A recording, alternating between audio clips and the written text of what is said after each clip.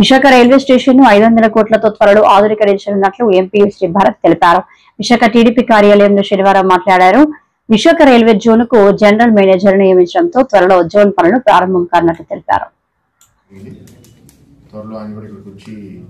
Report చేసి అంత activities కూడా టేకప్ చేస్తారు. సందీప్ మాథుర్ గారని ఆయన IRSSC ఇప్పుడు ప్రస్తుతం PED సిగ్నల్ మోడర్నైజేషన్ రైల్వే బోర్డులో పనిచేస్తున్నారు. ప్రెసిడెంట్ గారు ఆయనకి ఇప్పుడు అప్రూవల్ ఇచ్చి ఇక్కడ జనరల్ మేనేజర్గా అపాయింట్ చేయడం జరిగింది. సో గత కొన్ని రోజులుగా ఏంటంటే జోన్ అనౌన్స్ అయింది, ఇక్కడ జనరల్ మేనేజర్ ఎప్పుడు చేస్తారు, దాని తర్వాత గెజెట్ ఎప్పుడు ఇష్యూ చేస్తారని కొందరు అడగడం జరిగింది. సో ఈ నిర్ణయం కేంద్ర ప్రభుత్వం రైల్వే బోర్డు తీసుకోవడం అందరూ అభినందిస్తున్నాము. అండ్ ఈ railway zone head quarter works and ఇక్కడ రైల్వే వర్క్స్ చాలా ఉన్నాయి. ఒక GM వస్తే అన్ని కొంచెం స్పీడ్ అందుకుంటాయనే భావన మా అందరిలో ఉంది. సో ఆయన రావడం మా అందరికి సంతోషంగా ఉంది. అండ్ ఇంకో మంచి అప్డేట్ కూడా ఏంటంటే ఈ రైల్వే స్టేషన్ అప్గ్రేడేషన్ ఇంచుమించు ఆల్మోస్ట్ 500 crores తో వైజాగ్ రైల్వే స్టేషన్ అప్గ్రేడేషన్ కూడా కొంత కోర్ట్ స్టే వల్ల మనకి ఆల్మోస్ట్ ఒక 8 months డిలే అయింది. అది కూడా ఇవాళ క్లియర్ అయ్యి కాంట్రాక్టర్ కూడా గ్రీన్ సిగ్నల్ రైల్వే ఇక్కడ లోకల్ రైల్వే డిపార్ట్మెంట్ కూడా ఇవ్వడం జరిగింది.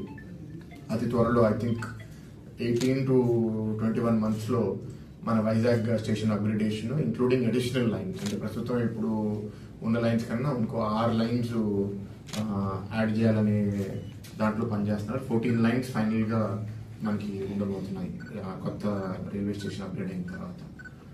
That is one major issue అండి.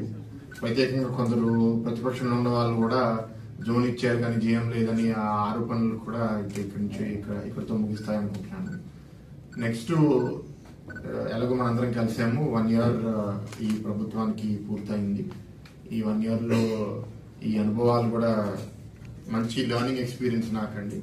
మొదటిసారి ఎంపీగా అయ్యాను కాబట్టి అసలు అడ్మినిస్ట్రేషన్ లో ఎట్లా చేయాలి, ఏం యాక్టివిటీస్ టేకప్ చేయాలి అనేది నేను ఒక ఎంపీగా ఇచ్చిన 7 హామీలు చేయడమే కాకుండా ప్రభుత్వం ఇచ్చిన హామీలన్నీ అమలు చేయడం, ఇప్పుడు దాకా కొన్ని జరగడం, మన జరిగిన మహానాడులో కూడా త్వరలో ఇది మహిళలకి బస్ ట్రాన్స్పోర్ట్ అవనివ్వండి లేకపోతే తల్లికి వందనం అవనివ్వండి బాబు గారు కూడా అనౌన్స్ చేయడం జరిగింది. సో కష్టాలు ఉన్నాయి, ఆర్థిక ఇబ్బందులు ఉన్నాయి, బట్ పాజిటివిటీతో కలిసి పనిచేసి కేంద్ర ప్రభుత్వం సహాయంతో మాత్రం ఇంకా అన్ని అమలు చేయడమే కాకుండా ఆ 20 లక్షల ఉద్యోగాలు కూడా సృష్టిస్తారని నాకు బలమైన నమ్మకం. అండ్ మూడో point is yoga day. June 21st అంతర్జాతీయ యోగా దినోత్సవం సందర్భంగా ఇక్కడ ప్రధానమంత్రి మోడీ గారు రావడము అండ్ ఇక్కడ CM గారు కూడా ఏంటంటే ఒక గ్లోబల్ రికార్డ్ గిన్నిస్ రికార్డ్ సాధించాలని we are aiming for a very high number, but minimum 3.5 to 4 lakhs people participate చేయాలనేది ఎఫర్ట్స్ ఇక్కడ RK బీచ్ నుంచి భీమిలి దాకా రోడ్ లోనే కాకుండా రోడ్డు పక్కన ఎక్కడన్నా పెద్ద గ్రౌండ్స్ ఉంటే అంటే ఫర్ ఎగ్జాంపుల్ గీతం ఉంటే గీతం గ్రౌండ్ లో దాకా కూడా లోపలికి వెళ్ళి అక్కడ ఇంచుమించు 10 నుంచి 12 వేల మంది మా క్యాంపస్ లోపల యోగా చేసేటట్టు ప్లాన్ చేస్తున్నారు. So overall planning is a major challenge. Media మిత్రుల ద్వారా కోరేది ఏంటి అంటే ఎక్కువ మందికి మీరు ఇంకా ప్రోత్సహించాలి.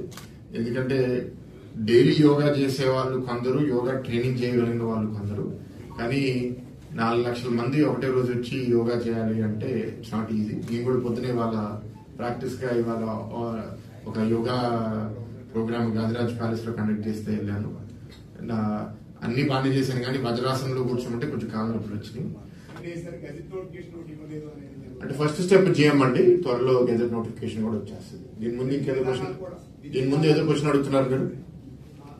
యూనివర్సిటీకి సంబంధించి లోకేష్ గారు స్వయంగా ఒక విజిలెన్స్ కమిటీ వేస్తున్నామని అసెంబ్లీలో స్వయంగా చెప్పారు. దాదాపు ఆయన చెప్పి 100 రోజులు గడిచిపోయింది. రెండోది ఏంటంటే VCని మార్చారు కానీ సో పాత టీం ఏదైతే ఉందో అదే టీం ఇప్పుడు యూనివర్సిటీలో చాలా అక్రమాలు జరిగాయని ఆ పాత VC రాజీనామా చేసిన రోజు నాడే కూటమి నేతలందరూ యూనివర్సిటీలో స్వయంగా ప్రకటించారు. So last time press meet పెట్టి కూడా చెప్పారు. అంటే ఇప్పుడు కొంచెం ఒక్కటైనా మనం వెలికి తీయగలిగామా, లేదా ఆ దిశగా యాక్షన్ అయినా జరుగుతుందా? డాక్టర్ లోకేష్ గారు చెప్పారు, కూటమి నేతలు అందరూ ఎమ్మెల్యేలు కూడా చెప్పారు స్వయంగా. అదే అంటే ఇప్పుడు విజిలెన్స్ కి వచ్చేసరికి ఎవిడెన్స్ గ్యాదరింగ్ ఇదంతా కొంత బహుశా టైం పడుతుంది. ఒకటి మీరు గత సంవత్సరంగా ఏంటంటే మీడియా మిత్రులు మా తెలుగుదేశం కార్యకర్తలు కూడా ఏంటంటే వీళ్ళ మీద యాక్షన్ తీసుకోలేదు, వాళ్ళ మీద యాక్షన్ తీసుకోలేదు అని కొందరి మీద అనడము. కానీ అదే మనిషి మీద అకార్డింగ్ టు లా ఒక నెలలో 2 నెలలు 3 నెలల తర్వాత కేసు నమోదవడము, యాక్షన్స్ కూడా తీసుకోవడం మీరే చూశారు. అంటే తొందరపాటులో ఎవరి మీద కోపమో కక్షతో యాక్షన్ తీసుకోవడం కాదు కదా. వాళ్ళకి ఇన్స్టిట్యూషన్ ని నిర్వీర్యం చేస్తే చాలా తప్పులు చేశారు. ఆ తప్పులన్నీ మనం సిస్టమేటిక్ గా తీసుకుని యాక్షన్ అనేది తప్పకుండా ఉంటుంది. రెండో విషయం, రీసెంట్ గానే నాకు అప్డేట్ వచ్చిందండి. ఆంధ్ర యూనివర్సిటీలో ఆల్మోస్ట్ ఎంటైర్ లీడర్షిప్ టీమ్ ని మళ్ళీ రీస్ట్రక్చర్ చేయడం జరిగింది. మరి మీ ఇన్ఫర్మేషన్ కొంత ఓల్డ్ న్యూస్ అవ్వచ్చు. నాకు వీసీ గారు అది కాదు, వీసీ గారు కాదండి, డీన్స్ డైరెక్టర్స్ కూడా అదే మీకు చెప్తున్నానండి.